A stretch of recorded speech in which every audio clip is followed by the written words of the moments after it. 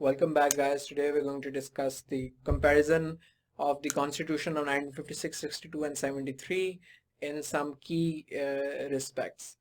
सबसे पहले तो वही अगर आप इंट्रोडक्शन लिखते हैं इसका तो you need to write a little bit about the Constitution. It is a set of principle which organizes the state. By this time in political science you're very well versed with these concepts. Modern nation states indispensably formulate their constitutions. Pakistan's first constitution was promulgated in 1956, which was abrogated by Iskandar Mirza in 1958.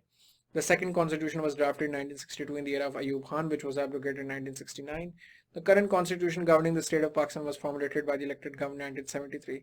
This is the only constitution in the history of Pakistan which was developed by an elected government. All the previous constitutions were not formulated by elected governments. They were unelected governments. So thank you ZAB. Anyways, so हम सबसे पहले Islamic provisions का जायजा लेंगे. Islamic provisions different constitutions के अंदर हम देखेंगे किस तरीके से.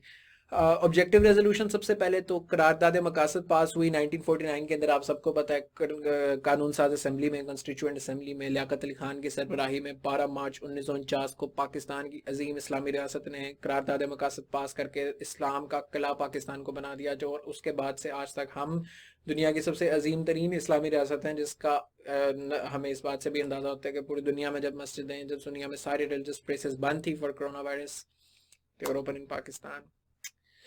सो एनीवेज, पाकिस्तान में कॉन्स्टिट्यूएंट असम्बली ने 1949 में पास की objective resolution. Liaquat Ali Khan, the prime minister, the then prime minister, called it the most important occasion after independence, and it was later adapted as a preamble to all the three constitutions. दिबाचे के तौर पे, preamble के तौर पे हम Pakistan studies में बचपन से पढ़ते आए हैं. लेकिन इसे बाद में आर्टिकल 2A की शक्ल में, I think it was article 2A, substantive part of the constitution बना दिया गया through the 8th amendment. Substantive part का क्या मतलब है? एक होता है प्रीएम्बल. प्रीएम्बल कॉन्स्टिट्यूशन का डायरेक्ट हिस्सा नहीं होता, ठीक है. जब कोई चीज कॉन्स्टिट्यूशन का डायरेक्ट हिस्सा नहीं होती तो इसका मतलब कि वो जुडिशियबल नहीं है, इन्फोर्सेबल नहीं है. आप ये नहीं क्लेम कर सकते कि ये कानून जुडिशियल रिव्यू में अनकॉन्स्टिट्यूशनल है क्योंकि ये प्रीएम्बल से कॉन्ट्रडिक्शन में है. You can't say that. तो ज़ियाउल हक ने क्या किया कि इसको कानून का कॉन्स्टिट्यूशन का हिस्सा बना दिया. 8th अमेंडमेंट के जरिए आर्टिकल 2A इंसर्ट किया और पूरी का पूरी ऑब्जेक्टिव रेजोल्यूशन को उसका हिस्सा बना दिया ताकि उसका सब्सटेंटिव एक एक्चुअल पार्ट बन जाए कॉन्स्टिट्यूशन का, rather than just being preamble. It is also called the Grundnorm of Constitution. In the Asmajlani case, court ने इसे Grundnorm कहा था. Grundnorm बेसिकली वो चीज होती है जिसकी टच स्टोन के ऊपर आप दूसरी लॉज की वैलिडिटी चेक करते हैं कि whether or not they're right or not. So it's a foundation stone basically upon which the edifice of the constitution is constructed.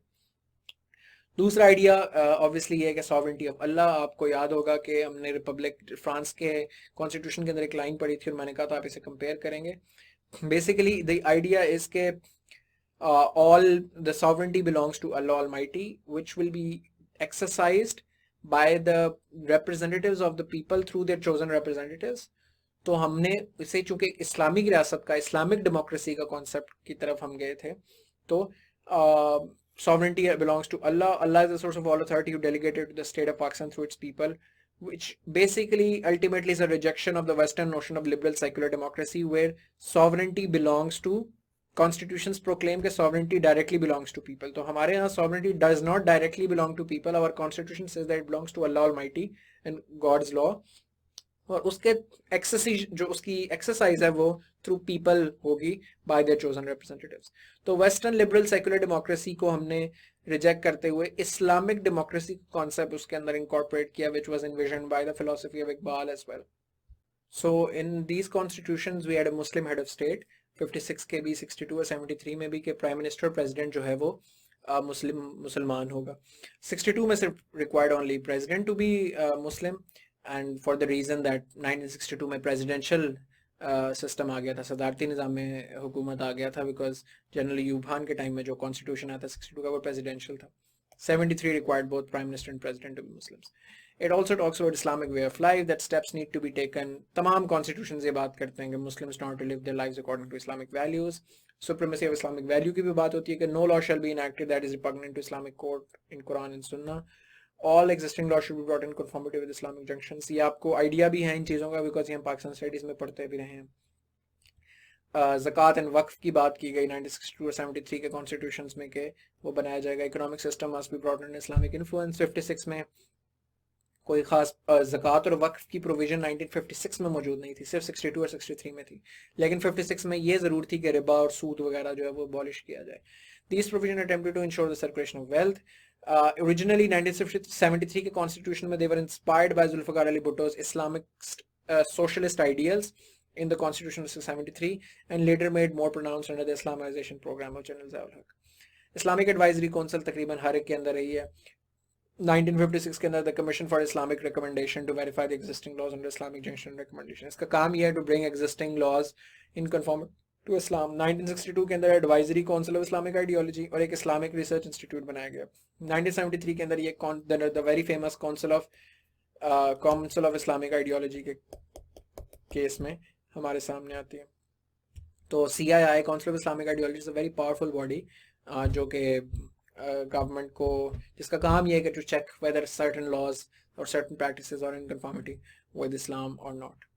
Teachings of Quran and Arabic 1962 में these were teachings of Quran and Islamia to Muslims of Pakistan compulsory. जो अब बचपन से हम कुरान और Islamic studies वगैरह ये पढ़ते हैं, ये 1962 में मैंडेटरी हुई थी।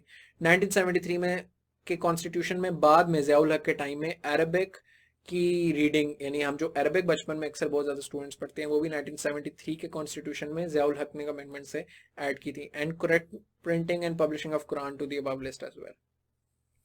डेफिनेशन ऑफ मुस्लिम 1956 और 1962 के कॉन्स्टिट्यूशन में डेफिनेशन ऑफ मुस्लिम एग्जिस्ट नहीं करती थी, कौन मुसलमान है कौन नहीं, ये डिफाइन नहीं करता था।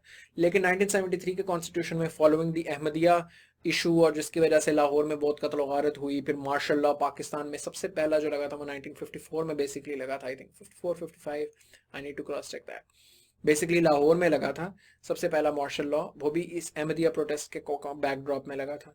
तो काफ़ी एक मसला चल रहा था, फिर रिलीजियस पार्टीज मौदूदी साहब की जमात और जमात इस्लामी वगैरह मिलके फिर वो एक काफ़ी बड़ा रिलीजियस प्रेशर ग्रुप बना और फाइनली जब वो तरमीम हुई कॉन्स्टिट्यूशन के अंदर अहमदियों को नॉन मुस्लिम डिक्लेयर करने वाली, तो उसके साथ उसकी एक इम्पॉर्टेंट चीज़ ये थी कि मुसलमान की डेफिनेशन जो है वो कॉन्स्टिट्यूशन में हमारे पास 1973 में सबसे पहले आई, और ये डेफिनेशन थी a person who believes in the unity and oneness of Allah and in the absolute and unqualified finality of the prophethood of Prophet Muhammad sallallahu alaihi wasallam।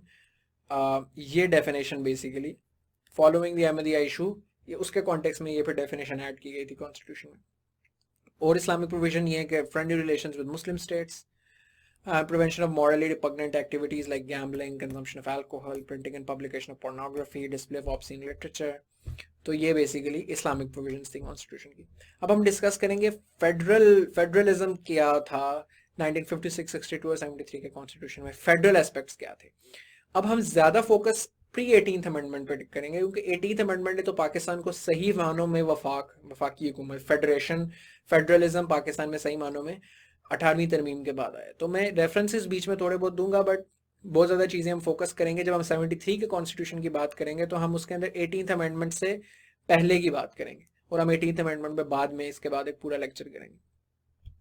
Federalism क्या है अब तक आप सबको क्लियर है। Federalism refers to a compound form of government combining central government with regional governments in a single political unit. In federalism, center is weaker than a unitary system. You know that central government has more power than in confederation. ये आपको पता है, अगर आपको भूल रहे तो आप दोबारा से जो unitary, confederation और federalism का लेक्चर है पोल साइड 1 में, you guys should refer to that. Federal aspects of the 1962 constitution में हम सबसे पहले बात करते हैं। तो सबसे पहली चीज़ ये तो ये कि इन दोनों सिस्टम्स में इतना अच्छा फेडरल सिस्टम नहीं था। 62 के 56 में जो हम wait, this is not 62, this is 56. Yeah, this is 56. So 1956 के कॉन्स्टिट्यूशन में यूनिकेमरल लेजिस्लेचर था, और यूनिकेमरल लेजिस्लेचर था। अब सेनेट और अपर हाउस एग्जिस्ट नहीं करता था, और हमने डिस्कस किया था कि अपर हाउस या सेनेट होना लाजमी है फॉर फेडरल सिस्टम्स, लेकिन हमारे यहाँ नहीं था, bad policy, but also because एक बड़ी पेक्यूलियर नेचर की चीज़ हुई थी। वो प्राइम मिनिस्टर मोहम्मद अली बोगरा के टाइम पे वो जो उन्होंने फार्मूला, पहले उन्होंने बोगरा फार्मूला दिया, वो फेलियर हुआ, तो उन्होंने फिर 1 यूनिट पॉलिसी दी जो कि 1954 से 1970 तक पाकिस्तान में उसकी तरवीज रही। वो बेसिकली ये था कि आपको, ये आपने पाकिस्तान स्टडीज़ में सुना होगा कि पूरा वेस्ट पाकिस्तान जो हमारा पाकिस्तान है वो एक यूनिट है, कोई पंजाब बलूचिस्तान सिंध नहीं है, और एक ईस्ट पाकिस्तान है। उसको बनाने का मकसद बेसिकली ये था, पॉलिटिकल मोटिव्स, के बंगालियों की चूंकि ईस्ट पाकिस्तान में न्यूमेरिकली मेजॉरिटी में थे, तो वो एज ए यूनिट ज़्यादा मेजॉरिटी में आ जाते थे, पंजाब सिंध बलूचिस्तान ये वो, तो उसको काउंटर करने के लिए और इक्वल करने के लिए इसको वन यूनिट डिक्लेयर कर दिया गया। और लोअर हाउस को पॉपुलेशन में रिप्रेजेंटेशन की बजाय फिर ये हो गया कि लोअर हाउस में एक ही हाउस था अब, तो उस पॉपुलरली इलेक्टेड हाउस के अंदर भी इक्वल नुमाइंदे थे वेस्ट पाकिस्तान के और ईस्ट पाकिस्तान के, तो एक अपर हाउस की जरूरत भी महसूस नहीं हुई। तो एक बड़ी एक ये एनैमली सी क्रिएट हो गई, एक बड़ा गलत तरीका था, क्योंकि one unit was very disastrous, because Punjabi लोगों के डिफरेंट इंटरेस्ट थे, पंजाब के सिंध के डिफरेंट इंटरेस्ट थे, बलूचिस्तान के डिफरेंट इंटरेस्ट थे, और उनके पास कोई सेपरेट फोरम या सेपरेट लेजिस्लेचर वैसा एग्जिस्ट नहीं किया था। So they had an all powerful center unilaterally provinces में जगहों पर emergency भी लगा सकता था किसी भी part of the country पे। provinces तो ऐसा exist नहीं करते थे, one unit के अंदर ही कहीं पे भी emergency लगा के almost dictatorial power central government की जो भी president है उसकी आ जाती थी। President was elected by an electoral college and not through indirectly elected through parliament, जिस तरीके से पार्लियामेंट्री सिस्टम्स में होना चाहिए इनडायरेक्ट इलेक्शन, वो डायरेक्ट इलेक्टोरल कॉलेज से इलेक्ट होता था, और वो electoral college basically basic Democrats का बनता था। ये बाद में वैसे आए थे, बेसिक डेमोक्रेट्स बेसिकली यानी आपके लोकल काउंसलर्स थे। तो प्रेसिडेंशियल सिस्टम को हमने थोड़ा सा इनकॉर्पोरेट करने की कोशिश की, तो फेडरल एस्पेक्ट यानी बहुत वीक था, सेंटर बहुत पावरफुल था, सेंट्रल प्रेसिडेंट बहुत पावरफुल है, सेंट्रल गवर्नमेंट बहुत पावरफुल है, जुडिशरी की पावर जुडिशियल रिव्यू थी, which is a feature of federalism. Urdu and Bengali were both made national languages, again a good step, because इस पे बहुत उर्दू लैंग्वेज का बहुत तनाज़ा था कि लैंग्वेज कौन सी नेशनल लैंग्वेज हो। सो आफ्टर अ वेरी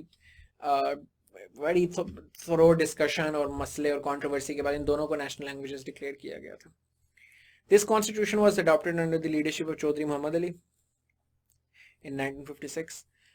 1962 के कॉन्स्टिट्यूशन के फेडरल फीचर्स की बात करते हैं तो वन यूनिट पॉलिसी कंटिन्यू रही, लेकिन ये गलत पॉलिसी थी, बिकॉज यूनिट्स डिमांड करते थे कि एटलीस्ट कम से कम जो पहले 4 सूबे थे वो तो एग्जिस्ट करें। एक बहुत स्ट्रॉन्ग सेंटर था, powers of the central government enumerate की, while the rest of the powers were given to the president. Provinces residually powers का आइडिया था, लेकिन सेंट्रल गवर्नमेंट के पास ही सारी पावर्स थी, टेक्निकली बहुत ज्यादा। यूनिकेमरल लेजिस्लेचर था, there was no upper house, no, और प्रोविंशियल लेजिस्लेचर्स भी एग्जिस्ट नहीं करते थे, सिर्फ एक आपकी सेंट्रल लेजिस्लेचर एग्जिस्ट करती थी। जो प्रिंसिपल ऑफ पैरिटी, बेसिकली मैंने आपको जिस तरह बताया कि वन यूनिट की पॉलिसी के तहत दोनों को आपने बराबर कर दिया, वेस्ट पाकिस्तान ईस्ट पाकिस्तान के नुमाइंदों को, रिप्रेजेंटेटिव्स को, तो वो पैरिटी बना दिया आपने लोअर हाउस में, जबकि लोअर हाउस पॉपुलेशन बेसिस पे होता है, जिसकी ज्यादा पॉपुलेशन है उसके ज्यादा नुमाइंदे, और अपर हाउस पैरिटी की बेसिस पे होता है। तो हमने वो सारी स्कीम जो है वो वन यूनिट से ऊपर नीचे कर दी। It resulted into ethno-provincial tensions between the provinces. East और वेस्ट पाकिस्तान में भी टेंशन ज़्यादा बढ़ती रही, बिकॉज हमने ज़बरदस्ती ईस्ट पाकिस्तान को के नंबर्स को चेक करने की कोशिश की, नहीं उनको इक्वल करने की कोशिश करते रहे, ताकि उनके पास किसी तरह मेजॉरिटी ना आए पार्लियामेंट के अंदर, तो जिसकी वजह से these were became eventually the breeding grounds for the fall of Dhaka eventually. Presidential system with strong chief executive, क्योंकि ये जनरल अयूब खान के टाइम पे बना था, और general Ayub was himself the president, so he naturally made a very strong president. He had the power to appoint governors, he had the power to dissolve national assembly, he can veto any legislation directly as a single man. तो ये constitution general Ayub Khan ने 1962 में enforce कराया, जिसमें बहुत ही मजबूत सदर और स्ट्रॉन्ग सेंट्रल गवर्नमेंट थी, और प्रॉपर एक सही प्रेसिडेंशियल सिस्टम था। और इसी के फिर रिस्पॉन्स में हबीब जालिब ने अपनी नज़्म लिखी थी ना, कि दीप जिसका मोहल्ला में ही जले, चंद लोगों की खुशियों को लेकर चले, वो जो साये में हर मसलहत के पड़े, ऐसे दस्तूर को सुबह बेनूर को मैं नहीं मानता, मैं नहीं मानता। It's a very famous poem which was narrated by Jalib in response to this constitution, which stifled all form of dissent, which stifled all form of provincial autonomy, which gave a lot of power and concentration to a military bureaucracy at the center and president, or जो one man who can on a horseback do everything. So तरक्की पसंद दीगर शोरा ने भी इसके खिलाफ काफी protest register कराया। 1973 कॉन्स्टिट्यूशन में आते हैं। As I told you, this was the only constitution which was drafted by an elected government. तो जुल्फिकार अली भुट्टो की गवर्नमेंट आई, वन यूनिट ऑटोमेटिकली अबॉलिश हो चुका था। Because of the fall of Dhaka in 1971, और जिसके रिस्पॉन्स में फिर फैज साहब की मशहूर नज़्म हम के ठहरे अजनबी इतनी मदारातों के बाद फिर बनेंगे आशना कितनी मुलाकातों के बाद, कब नज़र में आएगी बेदाग सब्जे की बहार, खून के दब्बे धुलेंगे कितनी बरसातों के बाद। तो ये उन्होंने फॉल ऑफ ढाका पे लिखी थी, which appears to be a very romantic poem, but was originally, इसका अनवान भी ढाका से वापसी पर है। तो फॉल ऑफ ढाका के बाद 1 यूनिट ऑटोमेटिकली अबॉलिश हो गया, उनके ईस्ट पाकिस्तान को रहा ही नहीं, तो फिर वेस्ट पाकिस्तान के अंदर वही नेचुरल 4 प्रोविंसेस को क्रिएट किए गए। लेकिन इसमें जो लिस्ट थी वो 2 थी। एक फेडरल लिस्ट थी, ये लेजिस्लेटिव लिस्ट आपको मैंने फेडरलिज्म के लेक्चर में डिस्कस की है। बेसिकली ये वो चीज़ें हैं जिन पर सिर्फ फेडरल गवर्नमेंट लेजिस्लेट कर सकती है, पार्लियामेंट, सेंट्रल पार्लियामेंट लेजिस्लेट कर सकती है। और एक कॉन्करेंट लिस्ट थी, इसके अंदर वो सब्जेक्ट्स थे। फेडरल लिस्ट में फॉर इंस्टेंस क्या थे, करेंसी के पैसा जो है, मनी सिर्फ सेंट्रल गवर्नमेंट कर सकती है, डिफेंस सेंट्रल गवर्नमेंट के पास है, फॉरेन अफेयर सेंट्रल गवर्नमेंट के पास है, so on so forth, recruitment into civil service, ये सारी चीज़ें फेडरल लिस्ट में। कॉन्स्टिट्यूशन की जो कॉन्करेंट लिस्ट थी 1973 के आइन में, वो बेसिकली लिस्ट में वो चीज़ें थी कि जिसपे फेडरल गवर्नमेंट और प्रोविंशियल गवर्नमेंट दोनों लेजिस्लेट कर सकती हैं। और अगर डिस्प्यूट है, यानी फेडरल गवर्नमेंट की लेजिस्लेशन डिफरेंट है, प्रोविंशियल गवर्नमेंट की डिफरेंट है, तो फेडरल गवर्नमेंट की जो लेजिस्लेशन है वो प्रिवेल करेगी। Not a very good system for provincial autonomy, मगर फिर भी कंपैरेटिवली पिछले निज़ाम जो 2 अदवार गुजरे थे उनसे कंपैरेटिवली प्रोविंसेस को पावर ज़्यादा दी गई थी। एक council of common interest CCI create हुई, which not to be confused with CII, which is Council of Islamic Ideology। CCI का काम ये था कि सेंटर और प्रोविंसेस और प्रोविंसेस के दरमियान अगर आपस में कोई पावर के या चीज़ों के डिस्प्यूट आते हैं इश्यूज के ऊपर, तो उसको रिजॉल्व करती थी। It consist of prime minister, chief minister and 3 members of to be nominated by PM। ये अभी तक एग्जिस्ट करती है। पहले इस पर कोई जिम्मेदारी नहीं थी अपनी मुलाकात की, जब ज़रूरत महसूस होती थी तब ये मिलती थी, लेकिन 18th अमेंडमेंट के बाद हर 90 दिन में इसका मिलना ज़रूरी होता है। बाई कैमरल लेजिस्लेचर इसके अंदर आ गया फाइनली, जो फेडरल लेजिस्लेचर की ज़रूरत है कि सेनेट जो कि प्रिंसिपल ऑफ पैरिटी पे एग्जिस्ट करेगी, जिसमें सारे प्रोविंसेस की इक्वल नुमाइंदगी होगी, नेशनल असेंबली जिसमें प्रिंसिपल ऑफ पॉपुलेशन की बेसिस पे नुमाइंदगी होगी। और ये हमारी जो करंट स्कीम है पोस्ट 18th अमेंडमेंट, उसके तहत ये आपकी सेनेट है, और इसमें आपको ये सारी डिटेल्स मिल गई, बलूचिस्तान, KPK, सिंध, पंजाब वगैरह, इनकी जनरल सीट्स हर एक की कितनी है, और हर एक की अंदर उसकी इंडिविजुअल डिविजन्स भी हैं। सो यू सी के ऑल द प्रोविंसेस, अब तो फाटा का मर्जर हो गया तो ये स्कीम चेंज हो जाएगी, लेकिन इस्लामाबाद कैपिटल की 4, बाकी सबकी 23 ये इक्वल सीट्स जो हैं आपके सामने आती हैं, और टोटल सेनेट में फिर 104 सीट्स होती हैं।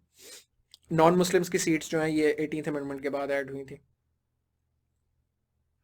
इसी तरह अगर हम नेशनल असेंबली की बात करें तो नेशनल असेंबली में टोटल 342 सीट्स हैं। उसके अंदर पंजाब की 174, सिंध की 75, KPK की 60, बलूचिस्तान की 20, फेडरल कैपिटल की 3, और उसके अंदर फर्दर डिवीजन पंजाब के अंदर जनरल सीट्स 141, फीमेल कोटा जो 10% हमने डिस्कस किया था जेंडर स्टडीज़ में भी, वो 33, सिंध में 14 ख़वातीन की, KPK में 9, बलूचिस्तान में 4, फेडरल कैपिटल में कोई नहीं।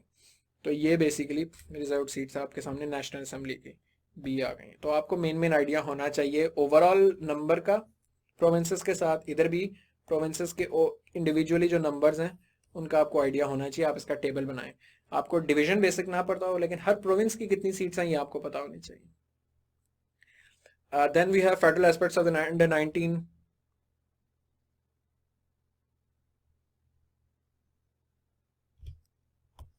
1973। Where's my head?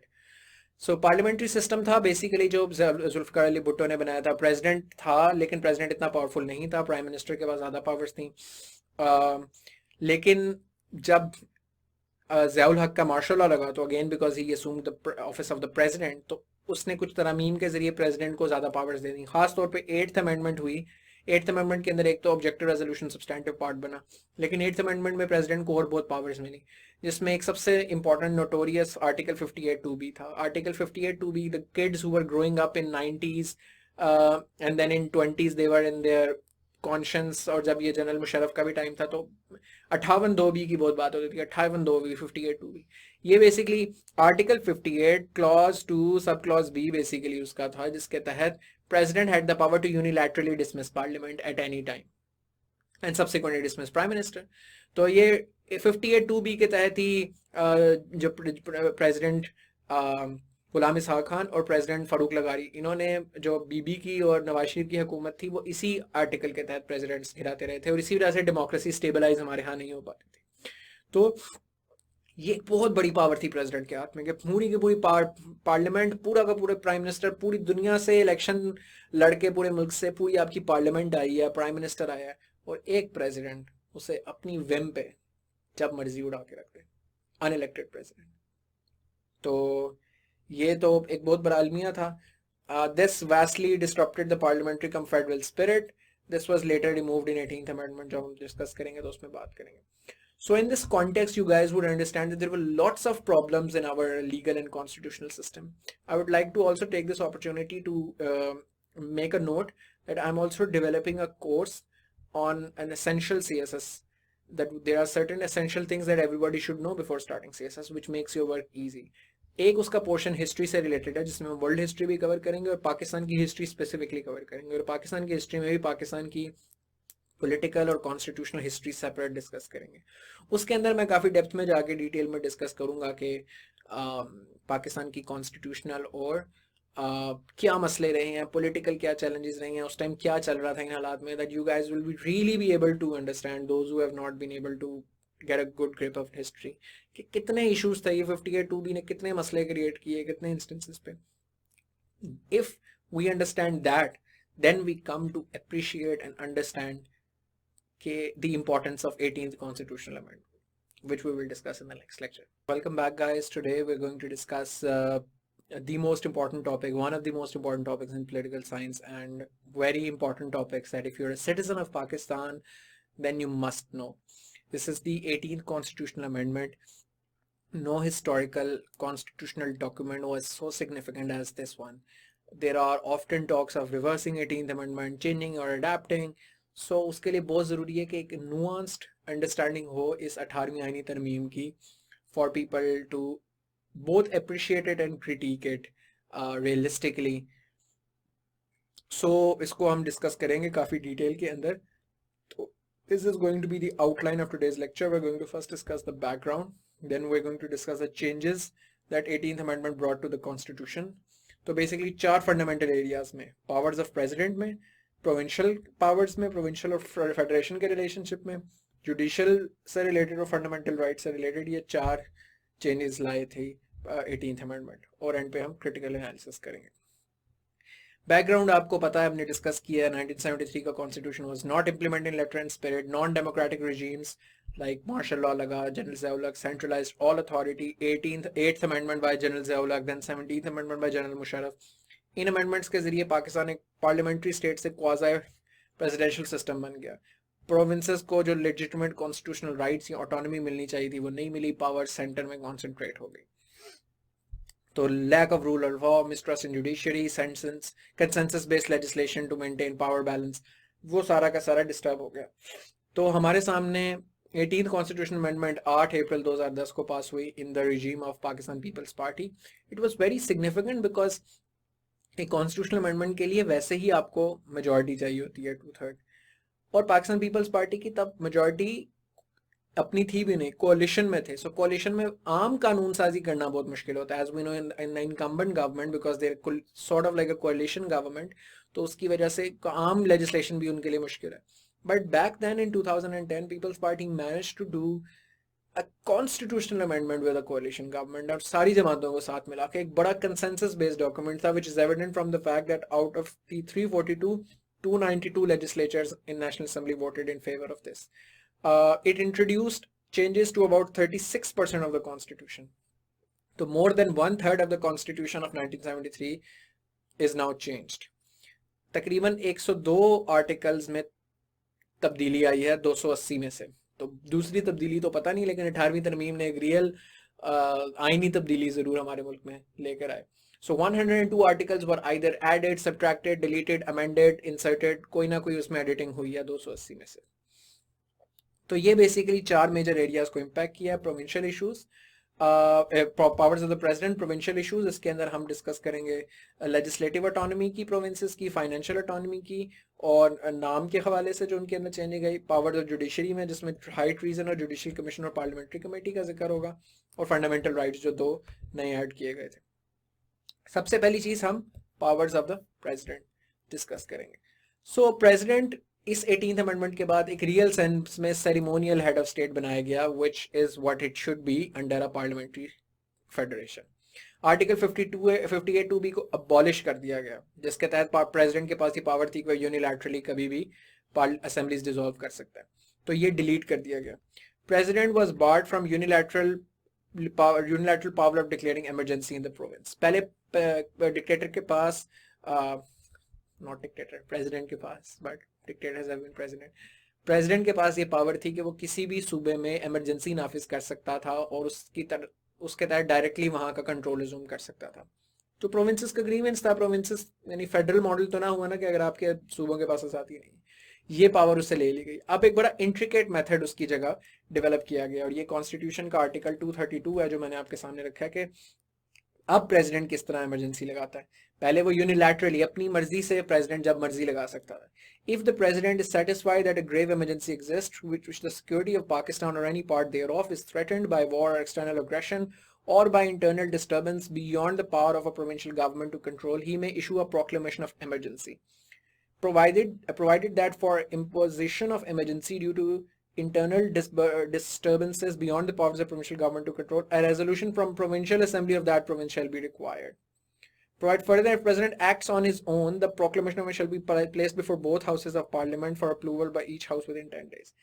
तो अब प्रेसिडेंट यूनिलैटरली इमरजेंसी नहीं लगा सकता, उसे या तो प्रोविंशियल असेंबली जिस सूबे में इमरजेंसी नाफिज करनी है उस प्रोविंशियल असेंबली की अप्रूवल चाहिए, या दोनों हाउसेस पार्लियामेंट के, सेनेट और नेशनल असेंबली के अप्रूव करें, ताकि जब वाकई जरूरत हो इमरजेंसी की तब लगाई जाए, not because one person who has clung on to power, जिसने फोर्सफुली प्रेसिडेंट का पोजीशन किसी ने ऑक्यूपाई किया हुआ थ्रू एक्स्ट्रा कॉन्स्टिट्यूशनल मेजर्स, और अब वो सूबे उसके खिलाफ अगर कोई बात करते हैं तो वहां पर इमरजेंसी अपनी मर्जी से अपनी पावर इंट्रेंच करने के लिए कोई प्रेसिडेंट इमरजेंसी ना लगाए, बल्कि जब सिर्फ जरूरत हो, जब बहुत इंटरनल एक्सटर्नल थ्रेट हो, डिस्टर्बेंस हो, सिर्फ तब इमरजेंसी लगाई जाए।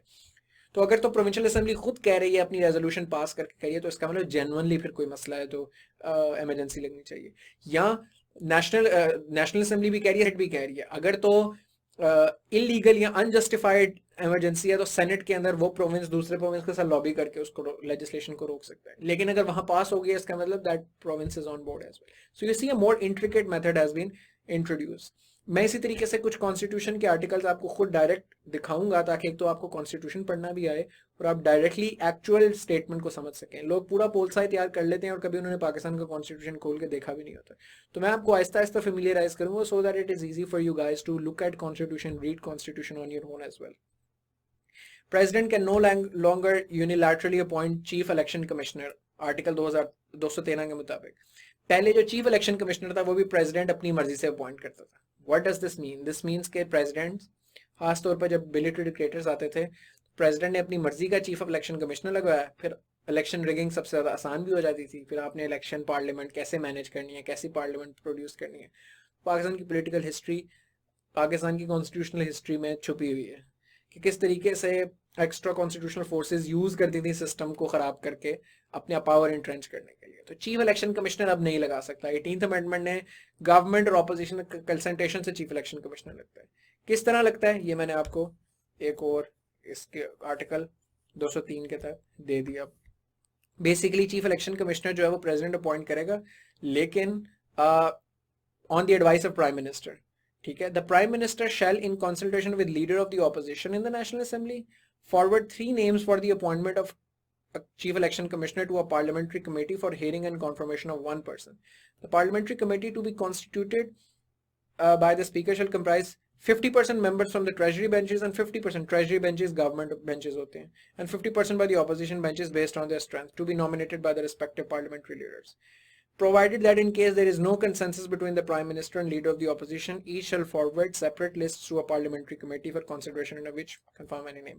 Pause this video, read this section for a minute, try to absorb what it says. 2 minutes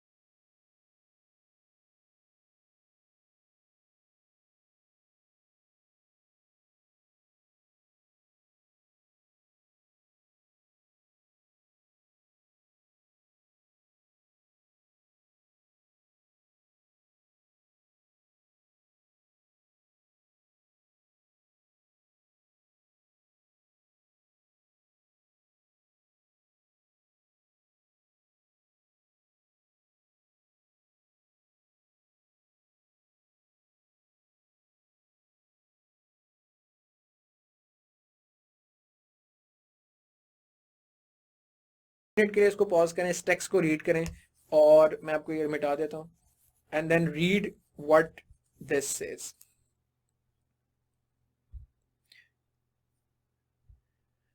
ये मैंने अब आपको एक ग्राफिकल डिपिक्शन दी है उसी बात की जो अभी पीछे आर्टिकल था। बेसिकली अब चीफ इलेक्शन कमिश्नर इस तरह पॉइंट होता है कि प्राइम मिनिस्टर और opposition leader, prime minister leader of government और opposition leader leader of opposition है, ये दोनों बंदे कंसेंसस करते हैं 3 नामों के ऊपर। They agree on 3 different names, 1 2 3, ये बंदा ठीक है, ये बंदा ठीक है, ये बंदा ठीक है। ये 3 नाम पे कंसेंसस करते हैं और ये तीनों बंदों का नाम फॉरवर्ड कर देते हैं। अभी इधर ही आप रुक जाएं, अगर इन तीनों में कंसेंसस, इन दोनों में कंसेंसस नहीं हो पाता किसी भी 3 नामों पे, जो कि अक्सर नहीं हो पाता, रिसेंटली हमने देखा है, तो जब कंसेंसस नहीं हो पाता तो फिर प्राइम मिनिस्टर अपने 3 नाम अलग भेजता है, ऑपोजिशन लीडर अपने 3 नाम अलग भेजता है। उस केस में ये 6 नाम आते हैं। सो आइदर दीज 3 नेम्स और these 6 names will come to a parliamentary committee. ये पार्लियामेंट्री कमेटी बेसिकली के अंदर कौन होंगे, पार्लियामेंट्री कमेटी की स्ट्रेंथ इसमें नहीं लिखी, ये चेक करनी पड़ेगी, मगर parliamentary committee comprise of 50% from government के जो नुमाइंदे हैं पार्लियामेंट में उनसे, और 50% जो ऑपोजिशन के नुमाइंदे हैं उनसे। तो ये जो 3 नाम या जो 6 नाम आए हैं उनमें से फिर एक नाम, 1 नेम फाइनल करेगी ये पार्लियामेंट्री कमेटी। अब देखें इतना इंट्रिकेट निज़ाम, ताकि ऑपोजिशन, ताकि धांधली के चांसेस, ये करप्ट बार में बहुत 90s में मसला था कि धांधली हो गई, ये हो गई, वो हो गई, इवन तो अभी भी मसला तो अभी भी चलता ही है, मगर आप देखें कितनी एफर्ट की है इस अमेंडमेंट ने इस इशू को रिजॉल्व करने की, कि एक प्रेसिडेंट अपनी मर्जी से जब एक बंदा, कंपेयर करें इस सिस्टम को, एक इलेबोरेट सिस्टम को, वर्सेस के प्रेसिडेंट अपनी मर्जी से जिसको चीफ इलेक्शन कमिश्नर लगा दे, तो फिर तो इलेक्शन बहुत ही हद तक रिग होने के चांसेस होते थे। तो ये काफ़ी एक बड़ा एग्जॉस्टिव सिस्टम इसको जो है वो बनाया गया। और ये आहिस्ता आहिस्ता जब आप 18th अमेंडमेंट पढ़ेंगे तो you will understand how that empowered parliament, it empowered checks and balances इसने इंट्रोड्यूस करवाए, और and this is one of the reasons why खटकता हूँ दिल में यजदान की तरह, क्या वो शेर था, बहरहाल तो खटकता हूँ कांटे की तरह, दिल यजदान में बड़ा मशहूर शेर है, how can I forget, anyways.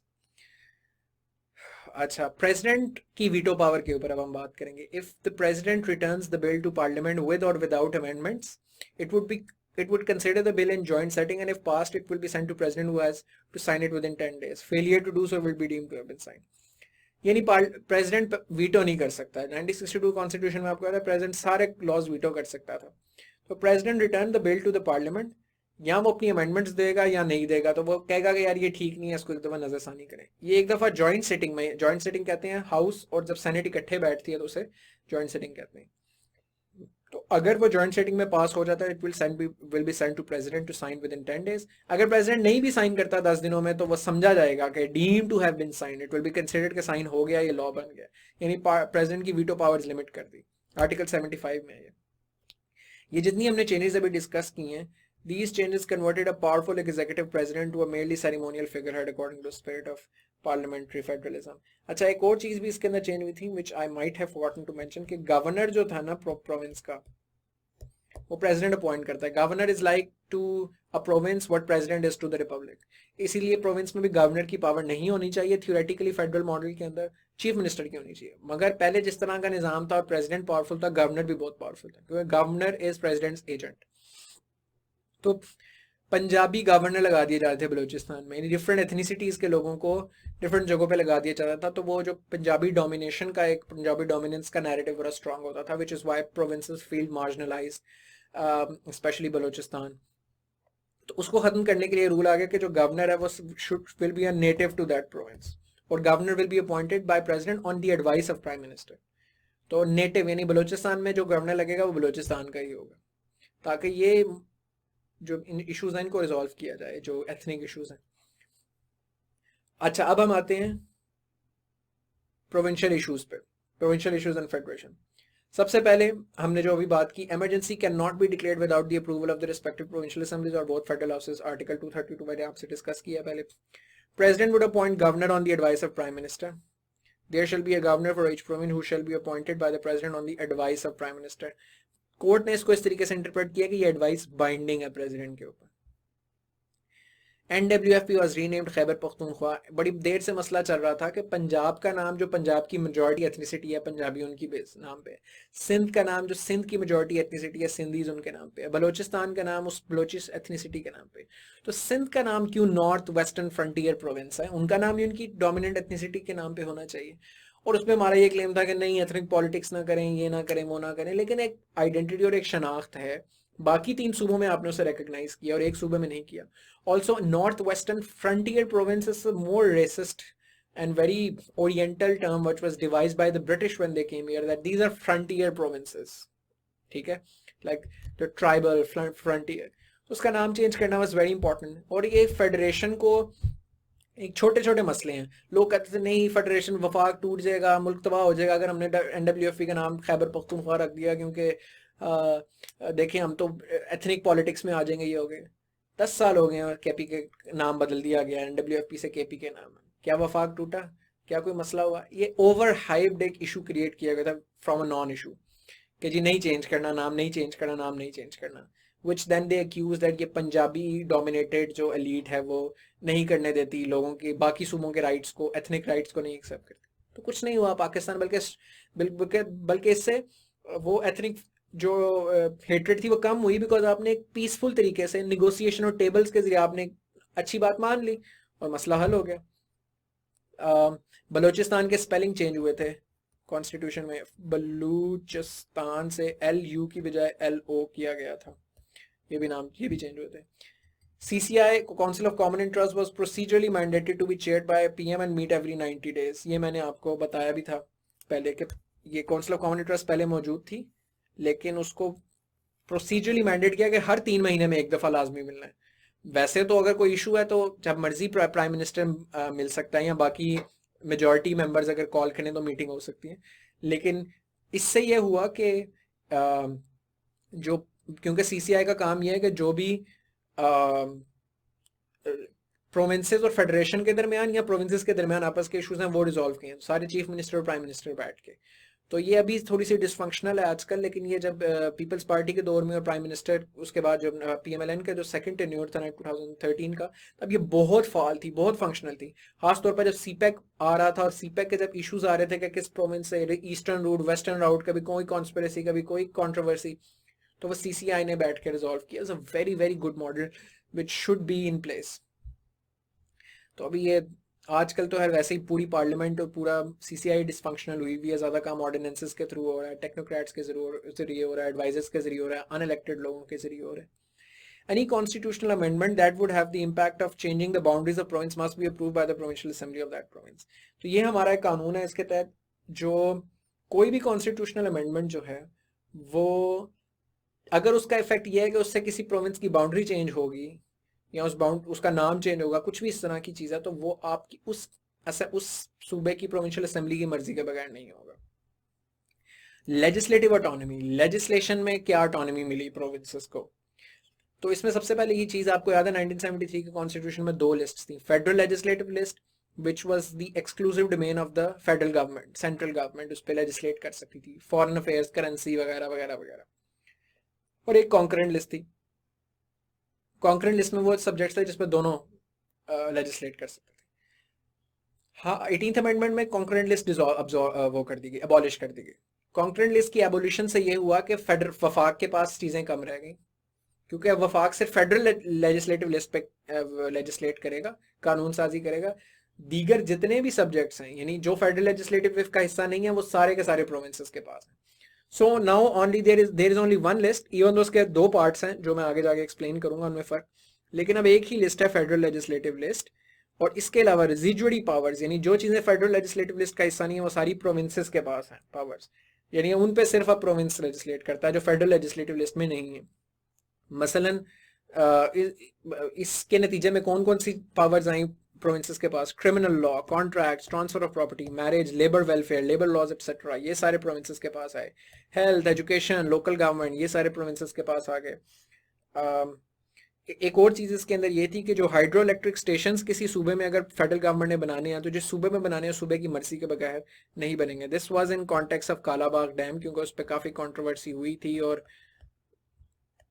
दूसरे सूबों को इतराज़ था, KPK को और सिंध को, उस पर बहुत बड़ा इतराज़ था। आप कुछ लोग कहते हैं कि जी ये बहुत ज़रूरी था हमारे सर्वाइवल के लिए बनना, और ये बड़ी इस पर गलत पॉलिटिक्स हुई। बट आई वुड सजेस्ट कि it's a more nuance, more complex issue. इतने सिंपल टर्म्स में इसको ब्रेक डाउन ना किया जाए, इनको इतने रिडक्टिव लेंस से एक्सप्लेन ना किया जाए।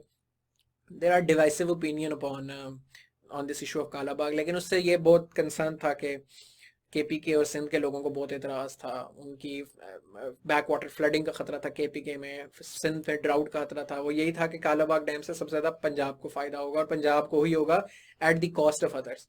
तो वो लेकिन बड़ी ज़बरदस्ती पुश करने की कोशिश की गई थी पहले, लेकिन वो कामयाब नहीं हो सका। लेकिन ये अब कॉन्स्टिट्यूशन में डाल दिया गया कि इस तरह की कोई भी चीज़, अगर कोई हाइड्रो इलेक्ट्रिक पावर स्टेशन है तो वो उस प्रोविंस की मर्जी से बनेगा, ताकि मुशावरत से कोई भी काम हो, you don't impose that on the provinces. अच्छा, मैंने आपसे फेडरल लेजिस्लेटिव लिस्ट की बात की, इस पर थोड़ा बात कर लेते हैं।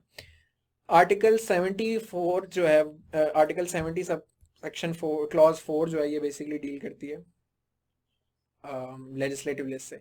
तो अब एक ही लेजिस्लेटिव लिस्ट है, उसके दो पार्ट्स हैं। आपने लाजमी कॉन्स्टिट्यूशन खोलना है, गूगल पे लिखें नेशनल असेंबली की वेबसाइट पे na.gov.pk के ऊपर ये कॉन्स्टिट्यूशन पड़ा हुआ है, वो आपने खोलना है और आपने एक दफ़ा लेजिस्लेटिव लिस्ट पढ़नी है खुद, ताकि आपको खुद भी एक तो अंडरस्टैंडिंग हो कि किस तरीके से कॉन्स्टिट्यूशन लिखा हुआ होता है, और आपको ज़्यादा मेमोरी में आपकी चीज़ बैठेगी भी ज़्यादा।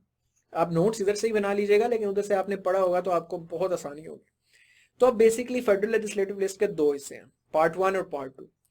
पार्ट 1 वो चीज़ें हैं जो एक्सक्लूसिवली फेडरल गवर्नमेंट की जुरिस्डिक्शन है, जो कि फेडरल पार्लियामेंट, फेडरल कैबिनेट चुप करके अपनी मर्जी से करते हैं। इसमें टोटल 53 आइटम्स हैं, मेन मैंने लिखी हुई हैं, आप एग्जांपल के तौर पे कोट कर सकते हैं। Defence, foreign affairs, citizenship, Pakistan post, currency, foreign exchange, federal public service commission जिसका एग्जाम की तैयारी कर रहे हैं आप लोग, nuclear energy, air navigation, Pakistan stock exchange, state bank of Pakistan. Part 2 वो चीज़ें हैं कि जो हैं तो फेडरल गवर्नमेंट की जुरिस्डिक्शन, लेकिन वो चीज़ें जिनका इम्पैक्ट प्रोविंसेस पे भी होता है, तो वो इन इश्यूज को रेगुलेट CCI करेगी। फेडरल गवर्नमेंट के उन पर राइट है, लेकिन दूसरे चीफ मिनिस्टर्स इस पर क्रिटिक कर सकते हैं through council of common interest. ये like railway, mineral oil, natural gas, electricity, census, police, HEC, इसमें 18 आइटम्स जो हैं वो तकरीबन टोटल है। तो ये बेसिकली आर्टिकल 154 में लिखा भी हुआ है, the council shall formulate and regulate policies in relation to matters in part 2 of the federal legislative list and shall exercise supervision and control over related institutions। तो ये बेसिकली हमारे सामने आता है। बाकी जो इन दोनों का हिस्सा नहीं है, इन पार्ट्स का, इस लिस्ट का हिस्सा नहीं है, रेजिडुअरी पावर्स, वो डिवॉल्व हो गए प्रोविंसेस को, जैसे कि हमने पहले भी डिस्कस किया। तो आप सोचें कि ये कितनी बड़ी अचीवमेंट थी कि कहाँ फेडरल लेजिस्लेटिव लिस्ट थी और कॉन्करेंट लिस्ट थी। फेडरल गवर्नमेंट इन पे भी लेजिस्लेट करती थी और कॉन्करेंट लिस्ट की सारी चीज़ों पे भी करती थी। तो 18th अमेंडमेंट के बाद ये कॉन्करेंट लिस्ट वाली तो सारी चीज़ें डायरेक्टली प्रोविंसेस के पास चली गई, ये तो अब्जॉर्ब डिसॉल्व हो गई। लेकिन जो फेडरल लेजिस्लेटिव लिस्ट का भी एक हिस्सा था पार्ट 2, वो भी CCI के तहत मातहत कर दिया, और उसमें भी प्रोविंसेस की कुछ से आ गई through their respective chief ministers. तो कितनी बड़ी पावर थी। अच्छा, इसमें एक इंटरेस्टिंग पॉइंट ये नोट करना है कि इन दोनों, आप ये खुद भी चेक कीजिएगा, इन दोनों पार्ट्स में कहीं भी इन्वायरमेंट का तस्करा नहीं है, यानी फेडरल लेजिस्लेटिव लिस्ट का हिस्सा इन्वायरमेंट नहीं है। तो technically environment policy should be provinces के पास। तो प्रोविंसेस के पास है भी, उनकी EPA एग्जिस्ट करती है, different EPDs, environment protection department, लेकिन एनवायरमेंट की मिनिस्ट्री हमारी फेडरल गवर्नमेंट में डिवीजन भी एग्जिस्ट करती है, which should not constitutionally be there, it's a constitutional anomaly and little। तो हर किसी का इधर ध्यान गया तो शायद कहीं जाएगी बात। तो अच्छा, प्रोविंशियल इश्यूज एंड फेडरेशन में आ गई है कि NWFP का नाम चेंज करके खैबर पख्तूनख्वा रखा गया, बलोचिस्तान के स्पेलिंग्स बलूचिस्तान से चेंज करके बलोचिस्तान सही रखे गए। This set a president to settle ethnolinguistic issues in country through constitutional reform. अगली चीज, हम लेजिस्लेटिव ऑटोनॉमी की बात की, हमने दूसरे इश्यूज की बात की, अब हम फाइनेंशियल ऑटोनॉमी की बात करेंगे प्रोविंसेस की। सबसे पहले तो ये चीज के जो सेल्स टैक्स ऑन सर्विसेज थे वो प्रोविंसेस को दे दिए गए। पहले federal government sales tax on services भी कलेक्ट कर देती थी, तो अब उन्होंने sales tax on services 18th amendment के बाद प्रोविंसेस को दे दिया कि आप ही कलेक्ट करें, आप ही खर्च करें। सेल्स टैक्स ऑन गुड्स अभी भी फेडरल गवर्नमेंट करती है, कि जो प्रोडक्शन होती है, मैन्युफैक्चर्ड गुड्स पे जो टैक्स लगता है, सेल्स टैक्स लगता है, वो फेडरल गवर्नमेंट FBR के थ्रू ही कलेक्ट करती है। लेकिन जो सेल्स टैक्स ऑन सर्विसेज हैं, सैलून्स, ब्यूटी पार्लर्स, ये वो जो सर्विसेज सेक्टर के अंदर जो के ऊपर जो सेल्स टैक्स है, वो आपकी इनकम टैक्स ऑन सर्विसेज भी अभी तक फेडरल गवर्नमेंट करती है, लेकिन जो सेल्स टैक्स है वो आपका प्रोविंशियल गवर्नमेंट करती है। जिस तरह इसी के नतीजे में फिर पंजाब में पंजाब रेवेन्यू अथॉरिटी पीआरए बनी, सिंध रेवेन्यू बोर्ड बना, और इनकी काफ़ी सक्सेस है। जब ये sales tax on services federal government collect करती थी तो वो थोड़ा कलेक्ट करती थी, क्योंकि वो बाकी इतने ज़्यादा टैक्सेस थे वो उन पे फोकस करते थे। प्रोविंसेस के पास इंसेंटिव ये है कि चूंकि उनके पास सिर्फ सेल्स टैक्स ऑन सर्विस है तो उन्होंने उस पर बहुत काम किया। सिंध रेवेन्यू बोर्ड ने तो बहुत ही ज़्यादा काम किया, जिसकी वजह से जो share of taxes collected by these authorities है वो बहुत ज़्यादा हो गया कंपेयर टू जब ये फेडरल गवर्नमेंट के पास थे तो तब कलेक्ट होते थे। these are a lot of minute details that people are not aware कि 18th अमेंडमेंट के कितने फायदे पहुंचे हैं। और हम मतलब बड़े दानिश्वर भी टीवी पर आकर बस एक ब्रॉड स्पेक्ट्रम में कह देते हैं ये 18th अमेंडमेंट ने तबाही मचा दी, ये कर दी वो कर दी, लेकिन the devil is in the details. और आई वुड रिकमेंड कि आप इस पे साथ साथ जो मैं आपको बातें बता रहा हूँ उन पे रीडिंग करें, आप गूगल करें साथ कि अच्छा सेल्स टैक्स ऑन सर्विसेज का क्या स्टेटस है पाकिस्तान में, हाउ कितना कलेक्ट होता है, पहले कितना होता था, ये वो चीज़ें रिसर्च करें ताकि आपको एक तो याद भी रहेगा और आप एज एग्जाम्पल इसके अंदर मजीद डिटेल्स कोट कर सकते हैं। अगली इंपॉर्टेंट चीज़ जो फाइनेंशियल ऑटोनॉमी में थी वो नेशनल फाइनेंस कमीशन था, एनएफसी अवार्ड, ये आप सुनते आते हैं।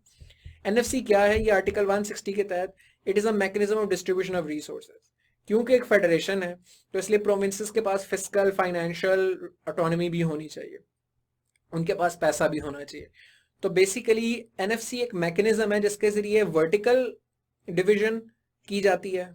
सबसे पहले वर्टिकल डिवीजन से मुराद ये कि फेडरल गवर्नमेंट कितने पैसे रखेगी, टोटल रेवेन्यूज आते हैं, टोटल फेडरल गवर्नमेंट ने टैक्सेस इकट्ठे किए एफबीआर के जरिए, फेडरल गवर्नमेंट ने लोन्स लिए फॉरेन गवर्नमेंट से, उनको ग्रांट्स मिली, ठीक है, ये सारी चीजें। तो फेडरल गवर्नमेंट के पास जो टोटल पैसा है उसमें से फेडरल गवर्नमेंट कितना रखेगी और प्रोविंशियल गवर्नमेंट्स को कितना देगी, इसे वर्टिकल डिस्ट्रीब्यूशन कहते हैं कि फेडरल का कितना है और प्रोविंसेस का कितना है। फिर प्रोविंसेस के अंदर किस प्रोविंस को कितना जाएगा वो हॉरिजॉन्टल डिस्ट्रीब्यूशन है अमंग प्रोविंसेस। तो सबसे पहली चीज ये की पहले फेडरल डिविजिबल पूल, यानी फेडरल गवर्नमेंट के पास जो टोटल पैसे वाला पूल है उसमें से पहले फेडरल गवर्नमेंट प्रोविंसेस को 47.5% देती थी और खुद 52.5% रखती थी।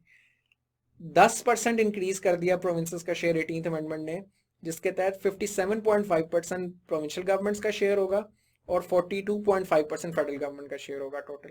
उस 42.5% में आगे प्रोविंसेस में क्या डिस्ट्रीब्यूशन होगी वो अब हम देखते हैं। सो यहाँ तक बात आपको समझ आ गई कि पहले 57.5% प्रोविंसेस का शेयर होगा और 42.5% गवर्नमेंट का शेयर होगा, जितने टोटल हुकूमत के पास पैसे हैं उसमें से। हॉरिजॉन्टली ये फॉर्मूला एग्जिस्ट करता है। हॉरिजॉन्टल फॉर्मूला ये है कि अब वो जो 57.5% ये जो पैसे आए हैं टोटल में से वो प्रोविंसेस के दरमियान कैसे डिवाइड होंगे, तो उसके लिए मैट्रिक ये है कि एक तो पॉपुलेशन के ऊपर 82% population, 10% poverty and backwardness, revenue collection 5% and 2.7% inverse population density, इनके तहत रिसोर्स एलोकेशन होती है। तो इसके तहत पंजाब का शेयर 50 उस 100% में से जो प्रोविंसेस के पास है, इस 57.5% का भी आगे से 51.7% पंजाब का, सिंध का 24.5, केपी का 14.6, बलूचिस्तान का 0.9% खाली बनता है। तो यू सी के काफ़ी ये भी एक डेप्थ में चीज़ थी। ये एक्सप्रेस ट्रिब्यून का आर्टिकल है व्हाट इज़ एनएफसी अवार्ड, ये आप लाजमी पढ़ें। ये आपको पिछले एनएफसी अवार्ड्स के मतलब भी बताएगा कि उनकी हिस्ट्री क्या है, वो कैसे शुरू हुए, तो ये उसकी डिटेल भी आपको बताएगा। So I am going to stop here, we are going to continue with this in the following lecture, जिसमें हम जुडिशियल और लीगल इश्यूज के ऊपर डिस्कशन करेंगे। Guys we are going to continue from where we left off in the previous lecture. हम discuss किया हमने अभी तक पावर्स ऑफ द प्रेसिडेंट को किस तरीके से कर्टेल किया और पार्लियामेंट्री फेडरलिज्म किस तरह इंस्टीट्यूट किया, और दूसरा हमने प्रोविंसेस की जो ऑटोनॉमी थी both financial and legislative autonomy हमने उस पर डिस्कस किया। Now we are going to discuss the third area which was impacted by the 18th amendment and that is the judicial and legal side. तो एक तो ये कि आर्टिकल 6 को अमेंड किया जो हाई ट्रीजन का बेसिकली आर्टिकल है इस अमेंडमेंट ने, ताकि इसको प्रोटेक्ट किया जाए उसकी एबॉलिशमेंट से। आप ये देखें कि जब पहले आर्टिकल 6 में सिर्फ एब्रोगेशन का तस्करा था, तो जो बाद में मार्शल लॉ लगा है ज़िया उल हक साहब के टाइम पे, उसके अंदर उसको होल्ड इन अबेयंस का कह दिया गया, सस्पेंड का नाम दे दिया गया। जब सस्पेंड को भी बीच में ला दिया गया तो फिर उसके बाद जनरल मुशर्रफ का जब मार्शल लॉ लगा तो वो होल्ड इन अबेयंस हो गया। तो बेसिकली लीगल टर्मिनोलॉजीज और जार्गन के साथ खेल कर कॉन्स्टिट्यूशन के साथ खेल लिया जाता था। और क्या नाम है, गालबन बेगम नुसरत भुट्टो केस में ज़ियाउल हक साहब के जो मार्शल लॉ था उसको कोर्ट ने वैलिडेट कर दिया, और सर जफर अली शाह केस के अंदर जो जनरल मुशर्रफ का मार्शल लॉ था उसको वैलिडेट भी कर दिया। These are cases I will discuss in the foundational lecture जो मैंने आपको बताया था मैं बनाऊंगा constitution of history of Pakistan, तो उसमें मैं डिटेल में डिस्कस भी करूंगा। So by the time if you are watching this video and that course is up, do look at that. So basically court ने वैलिडेट करते रहे मार्शल लॉज को, क्योंकि मार्शल लॉ लगता था, जो उसका जो डॉक्यूमेंट होता था, यहाँ वो पीसीओ के तहत लगता था, प्रोविजनल कॉन्स्टिट्यूशनल ऑर्डर, यहाँ वो एलएफओ के तहत लगता था, लीगल फ्रेमवर्क ऑर्डर। उसके तहत जो वर्डिंग्स थी मार्शल लॉ की, वो जो यूज किया जाता था कि constitution is abrogated, constitution is suspended, constitution is held in abeyance, वो इस तरह लगाया जाता था ताकि लीगल बैकिंग मिल सके कोर्ट की बात। तो उन्होंने अमेंडमेंट इस तरीके की 18th अमेंडमेंट में, और आप देखेंगे और ये पढ़ के आपको एहसास होगा कि उन्होंने कहा कि भाई खुदा का वास्ता है अब मार्शल लॉ ना लगाना, ताकि कोई अब हार्म ना रहे। सो आपके साथ ही मैं पढ़ूंगा आर्टिकल 6। एनी पर्सन हु एब्रोगेट्स और सबवर्ट्स और सस्पेंड्स और होल्ड्स इन अबेयंस और अटेम्प्ट्स और कंस्पायर्स टू एब्रोगेट और सबवर्ट और सस्पेंड और hold in abeyance to the constitution by use of force or show of force or by any other unconstitutional means shall be guilty of high treason. Any person aiding or abetting or collaborating the acts mentioned in the clause 1 shall likewise be guilty of high treason. कोई तरीका बाकी ना रहे कि आप कोई document ना ला सको जिसमें आप किसी और तरह का लफ्ज इस्तेमाल करके मार्शल लॉ लगा सको। कि जैसे एब्रोगेशन का लफ्ज है तो आप सब कहो कि द कॉन्स्टिट्यूशन स्टैंड सबवर्टेड, और बाद में सुप्रीम कोर्ट में जाके कहो हमने तो सबवर्ट किया है, कॉन्स्टिट्यूशन में तो एब्रोगेशन बना है। तो ताकि सेमेंटिक्स के साथ भी खेलने का कोई इबहम बाकी ना रह गया। So the genius of Raza Rabbani who was the chairman of the committee who drafted the 18th amendment is all too visible from this amendment. उसके अलावा जो हाई ट्रीजन के पहले केसेस थे, जैसे स्टेट वर्सेस 200 केस है, इसमें पहली दफा पहला मार्शल लॉ जो था ना, अयूब खान का मार्शल लॉ वैलिडेट हुआ। बेगम नुसरत भुट्टो केस में ज़ियाउल हक साहब का मार्शल लॉ हुआ। सर जफर अली शाह के केस में जनरल मुशर्रफ का मार्शल लॉ कोर्ट ने वैलिडेट कर दिया। इसको भी कोर्ट 18th अमेंडमेंट में कॉन्स्टिट्यूशन में ऐड किया गया कि an act of high treason can not be validated by any court as done in the past.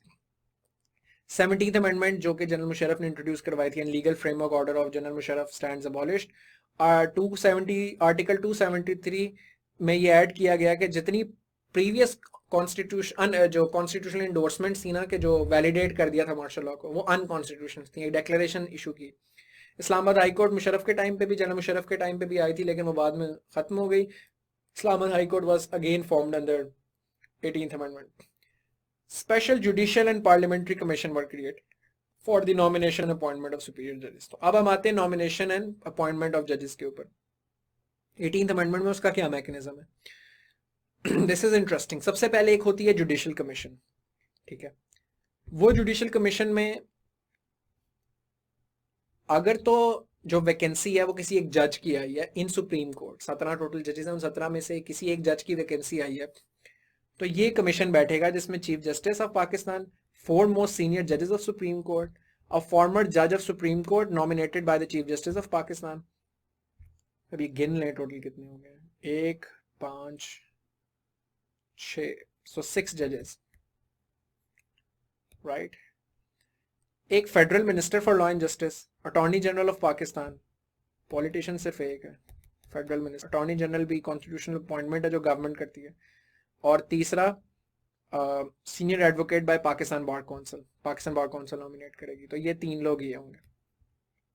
तो ये जुडिशियल कमीशन बेसिकली उस बंदे का एक नया नाम फाइनल करेगी उस वैकेंसी पे। तो अगर एक बंदे की जरूरत है, जुडिशियल कमीशन एक नाम जो है वो फाइनल करेगी, और वो नाम फाइनल करेगी अपनी मेजॉरिटी से। तो मेजॉरिटी किसकी है? 6 जजेस हैं, बाकी 3 नॉन जजेस हैं। तो ऑब्वियसली व्हाट जजेस would want generally will prevail. और उसके अंदर भी पॉलिटिशियन टोटल सिर्फ एक है। तो फिर अगर तो सुप्रीम कोर्ट में नहीं, हाई कोर्ट में, किसी भी हाई कोर्ट में, सिंध हाई कोर्ट में एक वैकेंसी है, तो ये जुडिशियल कमीशन जो ये सुप्रीम वाला है, ये तो ऐसे का ऐसे ही बरकरार रहेगा, मगर उसके साथ उस हाई कोर्ट का जिसमें वैकेंसी है और आपने नॉमिनेट करना है, उसका चीफ जस्टिस, उसका एक मोस्ट सीनियर जज ऑफ द हाई कोर्ट, उसका provincial minister for law and justice और senior advocate by Pakistan bar council वो भी इसके अंदर ऐड हो जाएगा, तो ज़्यादा लोग हो जाएंगे। इसी तरह फेडरल शरीयत कोर्ट में है तो इसकी जगह फिर फेडरल शरीयत कोर्ट वाले आ जाएंगे, अगर इस्लामाबाद हाई कोर्ट में है तो उसकी जगह इस्लामाबाद हाई कोर्ट वाले हो जाएंगे, रिस्पेक्टिव हाई कोर्ट वाले। So 1% against each vacancy decided by the majorship and then this is sent to the parliamentary committee. ये जो एक नाम इन्होंने फाइनल किया है वो पार्लियामेंट्री कमेटी को चला जाएगा। पार्लियामेंट्री कमेटी के टोटल 8 मेंबर्स होंगे, उन 8 मेंबर्स में से 4 सेनेट के मेंबर्स होंगे और 4 नेशनल असेंबली के मेंबर्स होंगे। उनके साथ भी अंदर जो 4 सेनेट के मेंबर्स हैं उनमें भी 2 गवर्नमेंट के होंगे और 2 ऑपोजिशन के होंगे, 2 गवर्नमेंट के होंगे नेशनल असेंबली में, 2 ऑपोजिशन के होंगे। बेसिकली 18th अमेंडमेंट में ये पार्लियामेंट्री कमेटी की एडिशन इस तरीके से की गई थी ताकि पार्लियामेंट्री ओवरसाइट इंक्रीज हो जजेस की अपॉइंटमेंट में। अब आपने इसको बड़ा रीजनेबली सोचना है, आपने यूएस का पॉलिटिकल सिस्टम पढ़ा, आपने देखा कि चेक्स एंड बैलेंसेस कितने इंपॉर्टेंट है। कोई भी इंस्टीट्यूशन होली काउ नहीं होता, हर इंस्टीट्यूशन पे चेक्स एंड बैलेंसेस होते हैं और चेक्स एंड बैलेंसेस ऑपरेट करते हैं in especially in appointments and in removals कि यूएस प्रेसिडेंट नॉमिनेट करता है जजेस को, फिर सेनेट उनको अप्रूव करती है, उनकी रिमूवल जो है वो भी इसी तरीके से, फिर इम्पीचमेंट करेगी सेनेट, तो और फिर सेनेट के लेकिन फैसलों को जुडिशरी जो है वो जुडिशियल रिव्यू कर सकती है। तो एक बड़ा balance system of checks and balance, ये हर एक का हर एक के ऊपर चेक है, and that's what's the spirit of democracy and modern democratic system should be. हमारे यहाँ लेकिन आप ये देखें कि चेक्स एंड बैलेंसेस बहुत ऑपोजिट डायरेक्शन में। All checks are generally on the legislature and executive, parliament के ऊपर ही सारे चेक्स हैं। जो जुडिशरी है वो सो मोटो लेकर जुडिशियल रिव्यू करके उनके लेजिस्लेशन को नल एंड वॉइड डिक्लेयर कर सकती है, कॉन्स्टिट्यूशनल अमेंडमेंट को नल एंड वॉइड डिक्लेयर कर सकती है, प्राइम मिनिस्टर्स को घर भेज सकती है, मिनिस्टर्स को घर भेज सकती है। कितने प्राइम मिनिस्टर्स जुडिशरी की जो है वो जजमेंट्स के बाद घर गए, लेकिन पार्लियामेंट का कोई चेक नहीं है जुडिशरी पे। So it's not a matter of politicization of judiciary as a lot of people would like to claim। पूरी दुनिया में politicization एक separate चीज है, checks and balances एक separate चीज है। अगर checks and balances नहीं होंगे तो वो institution all powerful बन जाता है और वो फिर transgress करने लगता है अपनी पावर से। अभी यही मसला एक एग्जिस्ट करता है, क्रिटिक सिस्टम की एक ये एग्जिस्ट करती है, जो बाबर सत्तार बहुत प्रोफाउंडली इसको वॉइस करता है कि चेक्स नहीं है जुडिशरी पे, which is why judiciary has become a all powerful institution जो अपनी डोमेन से कभी कभी लिबरल इंटरप्रिटेशन से सो मोटो जुडिशियल एक्टिविज्म इसलिए बहुत ज्यादा, because they don't nothing to fear, because उनकी अपॉइंटमेंट सिक्योर है क्योंकि वो इन लोगों ने नॉमिनेट करनी है। अच्छा खैर होता यही है कि एक बंदा नॉमिनेट करके पार्लियामेंट्री कमेटी के पास गया, पार्लियामेंट्री कमेटी कैन रिजेक्ट और अप्रूव, व्हेन वो रिजेक्ट करेंगी तो वो फिर एक और बंदे का नाम भेजेंगे। I might be wrong but as far as I remember बाद में सुप्रीम कोर्ट ने अपनी जजमेंट के जरिए ये भी कदगन लगा दी थी पार्लियामेंट्री कमेटी में कि वो सिर्फ एक दफा रिजेक्ट कर सकते हैं नाम, कि they can reject only once the recommendation of judicial commission, उसके बाद जो भी जुडिशियल कमीशन की नॉमिनेशन आएगी वो उन्हें माननी पड़ेगी, और उनकी nomination is dominated by the जजेस देमसेल्व्स, सो जजेस आर अपॉइंटिंग देमसेल्व्स। और इनका रिमूवल का मैंने इसके अंदर ऐड नहीं किया, वो भी आप देखिएगा, और this is from article 175A। मैंने आपको काफी कॉम्प्रिहेंसिवली और ग्राफिकली, या आप ग्राफ्स ड्रॉ भी करें पेपर में लाजमी, एक्सप्लेन किया आर्टिकल 175A। तो ये आपने आर्टिकल 175A खोल के कॉन्स्टिट्यूशन पढ़ना भी है इसके साथ लाजमी। ये तो होगी अपॉइंटमेंट ऑफ जजेस का मामला। द रिमूवल ऑफ जजेस is done through supreme judicial council, और मुझे उसको भी ऐड कर देना चाहिए था मगर बहरहाल सुप्रीम जुडिशियल काउंसिल भी आप कॉन्स्टिट्यूशन में पढ़ सकते हैं, ऑनलाइन भी देख लें। Supreme judicial council is the body responsible for removal of जजेस, और सुप्रीम जुडिशियल काउंसिल में भी जजेस ही होते हैं और चीफ जस्टिस उसका सरबराह होता है। तो जजेस की अपॉइंटमेंट भी टेक्निकली जजेस के थ्रू होती है, थोड़ी सी एक ओवरसाइट है पार्लियामेंट्री कमेटी की, वो भी लिमिटेड, क्योंकि वो एक दफा सिर्फ रिजेक्ट कर सकते हैं, और वो रिजेक्ट भी करेंगे तो नाम तो पीछे से उन्होंने ही फिर भेजना है, और इनकी रिमूवल तो कम्प्लीटली जो है वो जजेस खुद ही करेंगे, जबकि यूएस में इस तरीके से है कि सेनेट के अंदर वो इम्पीच होते हैं, फिर तो चेक्स एंड बैलेंसेस रहते हैं। तो as of yet the checks and balances on judiciary does not exist, which is why we see chief justice Iftikhar Chaudhry के बाद से पर्टिकुलरली, पहले भी लेकिन बाद में भी जुडिशियल एक्टिविज्म किस तरीके से रहा, 90s के अंदर भी जुडिशरी की जैसी जजमेंट्स आती रही, तो वो एक हमेशा से एक पावर इम्बैलेंस रहा है बिटवीन पार्लियामेंट। तो हमारे यहाँ चूंकि पॉलिटिशियंस को मिलाइन करना ज़्यादा आसान है, तो होता ही है कि हमेशा उन्हीं को मिलाइन किया जाता है, जबकि there are very very very profound political imbalances. तो ये पॉलिटिकल पार्लियामेंट्री कमेटी भी जो ऐड की गई थी within the system after 18th amendment was a very big step forward in ensuring that checks and balances. तो I would strongly recommend कि इस कॉन्टेक्स्ट में आप पहले तो ये सिस्टम को समझने की कोशिश करें, ये जुडिशियल कमीशन, इसको आर्टिकल खुद पढ़ें, उसके बाद कुछ आर्टिकल्स इस पे पढ़ें कि checks and balance on judiciary of Pakistan, जो गूगल पे आपको आर्टिकल्स मिल जाएंगे, बाबर सत्तार के कुछ इस पे बहुत ज़्यादा आर्टिकल्स हैं, वो आप देख सकते हैं इसके अंदर, तो आपको फिर कुछ बातें समझ आना शुरू होंगी और फिर आप क्रिटिक भी लिख सकते हैं, आपको सिस्टम का ज़्यादा अच्छा समझ भी आएगी। आखिरी जो चौथी चीज़ थी जिसके अंदर 18th अमेंडमेंट ने चेंजेस किए, वो फंडामेंटल राइट से रिलेटेड है।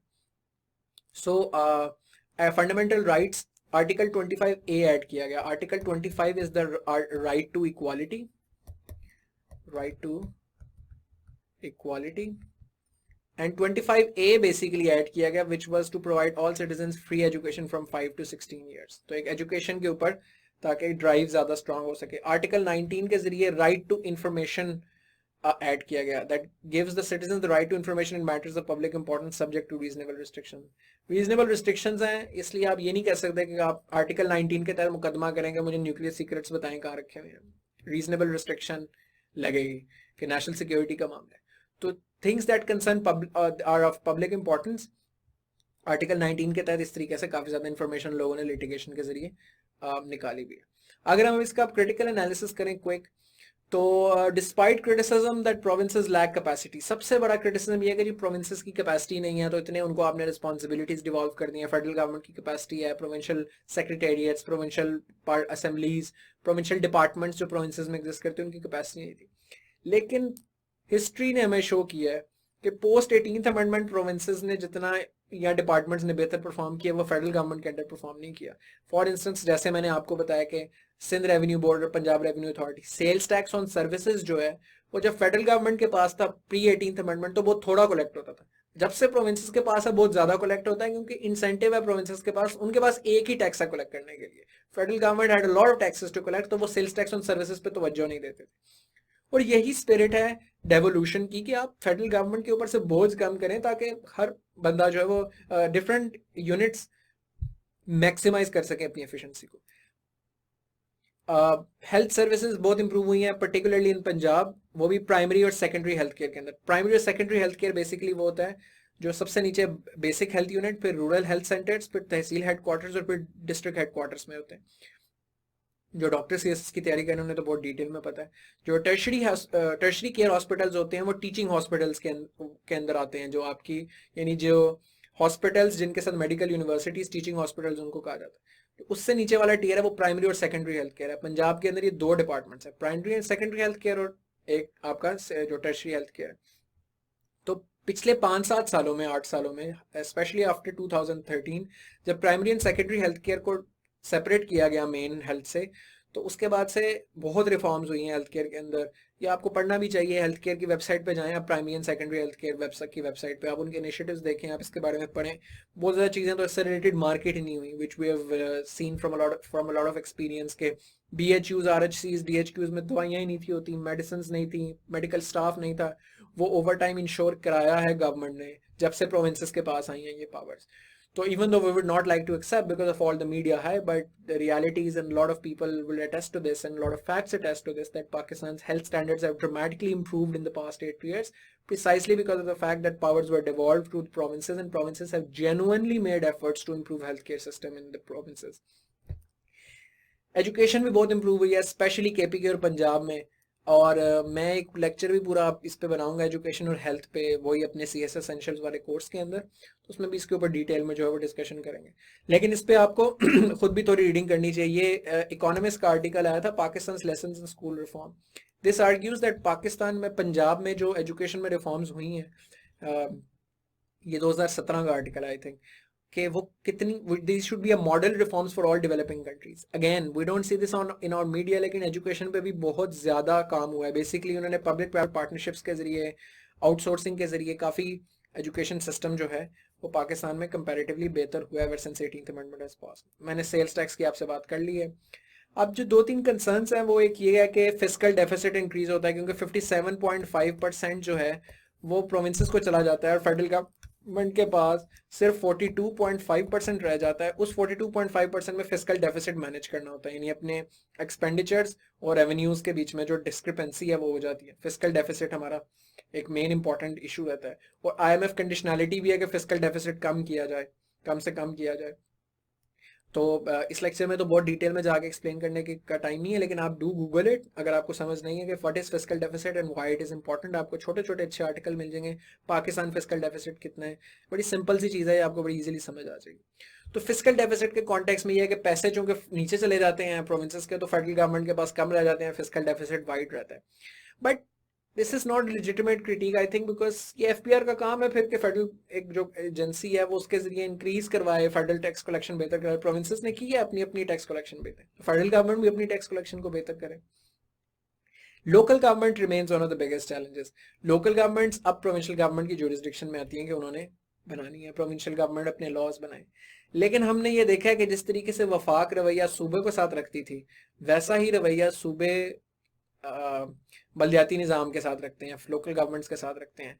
बीच में जो लोकल गवर्नमेंट्स आई हैं 2010 के बाद से, वो बड़ी पंजाब में जैसे 2013 की आई थी, वो बड़ी डिसफंक्शनल लोकल गवर्नमेंट्स थी which were directly under the thumb of the provincial government.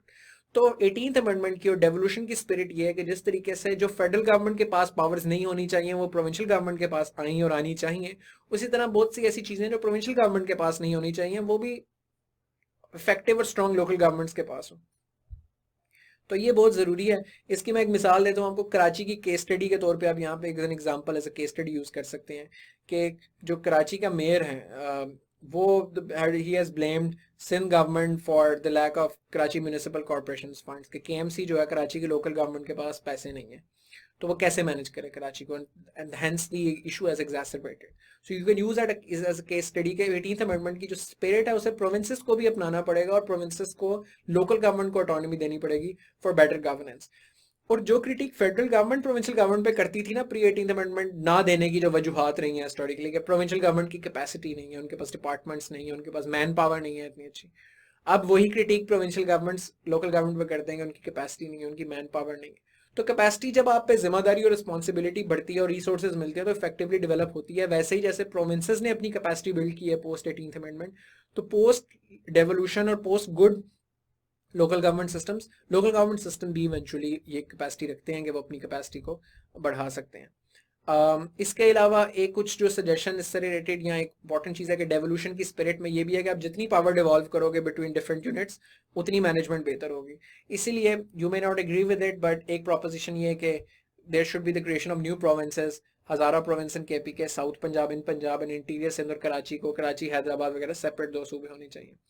तो ये बेसिकली एक आइडिया है कि फेडरल ज़्यादा सिस्टम बेहतर होगा हमारा कि अगर ज़्यादा हमारे एडमिनिस्ट्रेटिव यूनिट्स बनते हैं और उनमें ज़्यादा आपस में फिर डिवॉल्व होंगी powers.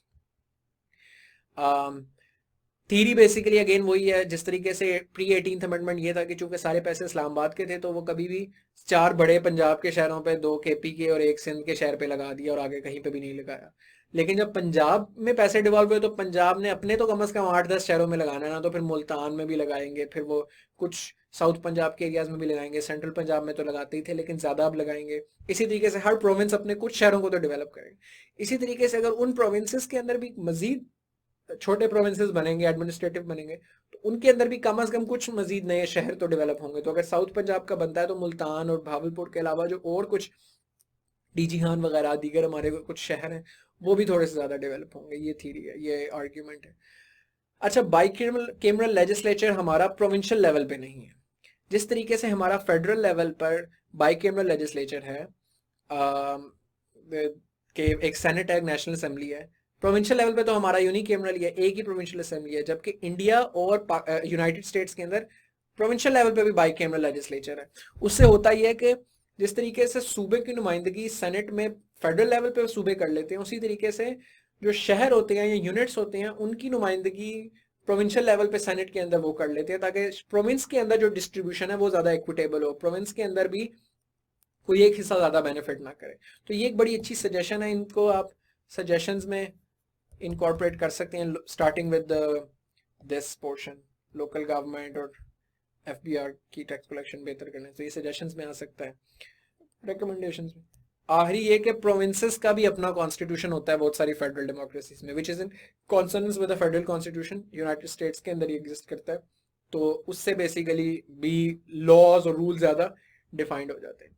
So this was a very comprehensive 2-part lecture on 18th Amendment. I will try to go into more depth into this subject And as we go along, this was the essential part of the 18th Amendment. I've noticed over the past couple of years that there doesn't exist a very nuanced analysis of 18th Amendment or very disjointed information. So I've tried to integrate this very diverse topic and diverse set of information into one lecture. लेकिन इसमें और भी बहुत सारी इसमें पहलू हैं, लेकिन ये आपके एग्जाम पर्सपेक्टिव से हिट द बुल्स आए विद कॉन्क्रीट एग्जांपल्स. डेप्थ में हमने जाके बहुत ज़्यादा चीज़ें स्टडी की हैं. अगर आप इस पर कमांड हासिल कर लें, you will get excellent marks in Pakistan affairs, political science या जो भी आपका और कोई सब्जेक्ट है जिसके अंदर ये सवाल आता है, करंट अफेयर्स, ऐसे. But I will still try के I will make 1 or 2 more lecture on 18th Amendment की कुछ और डेप्थ में हम एनालिसिस करें, कुछ क्रिटिकल एनालिसिस करें, कुछ शॉर्ट कमिंग्स पे डिस्कस करें, कुछ एनएफसी अवार्ड के फॉर्मूला पे डिस्कशन करें. अगर नहीं भी मुझे मौका मिलता तो आई विल रिकमेंड कि एनएफसी जो अवार्ड है उसके ऊपर आपने देखना है कि उसका फॉर्मूला कैसे बेहतर हो सके, और आपने ये कंपेयर करना है कि जो इंडिया का मॉडल है फाइनेंशियल डेवोल्यूशन का, उनका जो फॉर्मूला है, हमारा है ना 82% population, 2% inverse population density, 10% backwardness and poverty. India का फॉर्मूला क्या है उससे आपने कंपेयर करना, because that formula is very good. वो आप सजेशंस में इनकॉर्पोरेट कर सकते हैं कि एनएफसी अवार्ड में ये चेंजेस होनी चाहिए. सजेशंस में क्रिटिकल एनालिसिस में आप ये भी कर सकते हैं कि अभी तक 7th एनएफसी अवार्ड चल रहा है जो 2010 में पास हुआ था. 9th एनएफसी अवार्ड जो है वो 2 और उसके बाद रिकमेंड हो चुके हैं लेकिन वो पास नहीं हो सके. और एक बात मैं जाते हुए आखिरी बता दूं, because I forgot that about that, which is that NFC award के अंदर एक ये चीज भी थी कि जो शेयर ऑफ प्रोविंसेस है ना, 18th अमेंडमेंट में ये शामिल हुआ था, वो इससे कम नहीं हो सकता. सो सब्सिक्वेंट अवार्ड जो भी आएगा एक्सेप्ट होता है, अगर 9th 10th NFC award accept होता है, 9th 10th एनएफसी अवार्ड, तो 57.5% से कम शेयर प्रोविंसेस का नहीं हो सकता. इससे ज्यादा हो सकता है. This is the minimum that provinces must get, ताकि ये ना हो कि आज तो कंसेंसस मौजूद है पॉलिटिशियंस का, कल को इसी पार्लियामेंट के साथ ट्वीक किया जाए, अपने बंदे आ जाए, इधर उधर हो जाए, मैनेजमेंट हो जाए, और फिर आप जो है प्रोविंसेस का शेयर कम कर दें.